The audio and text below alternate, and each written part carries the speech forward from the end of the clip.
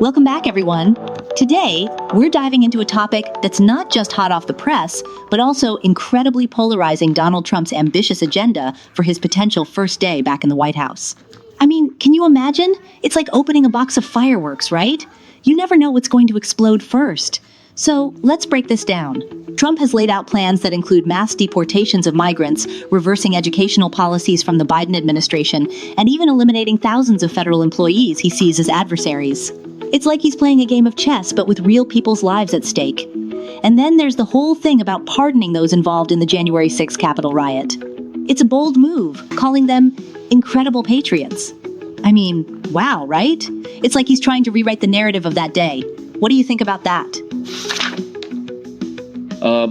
Wow, that's a lot to unpack. So, he's really going to try to pardon people who stormed the Capitol? I mean, that's just wild. It's almost like he's trying to create a new version of history or something. But, how does he even plan to do that? I mean, isn't there a lot of legal stuff that could get in the way? And what about the people who were actually hurt during that event? It's just so confusing. Exactly. It's a complex web of legalities and public sentiment. And speaking of complexities, Trump has also mentioned wanting to fire Jack Smith, the special prosecutor handling his cases. It's like he's trying to play a game of dodgeball, but the balls are legal charges. He's facing serious accusations in Georgia about election interference, but he seems to think he can just push it all aside. It's a classic case of if I can't see it, it doesn't exist, right? Yeah. That's a really interesting analogy. It's like when you're a kid and you think if you close your eyes, no one can see you. But what happens if he actually gets reelected? Could he really just sweep all of this under the rug? And what about the people who are, really affected by these policies? It's just so mind-boggling. Right? And let's not forget his economic plans. He's talking about imposing tariffs on imports, especially from China, and rolling back protections for transgender students.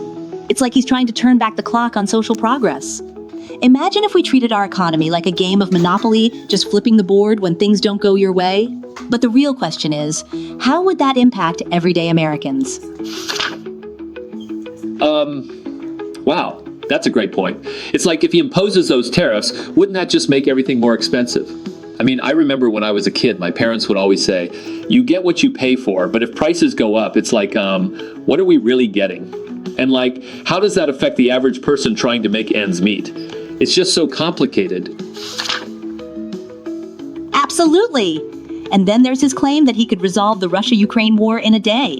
It's like saying you can fix a broken relationship with a single text message. The logistics of such a massive operation are mind-boggling.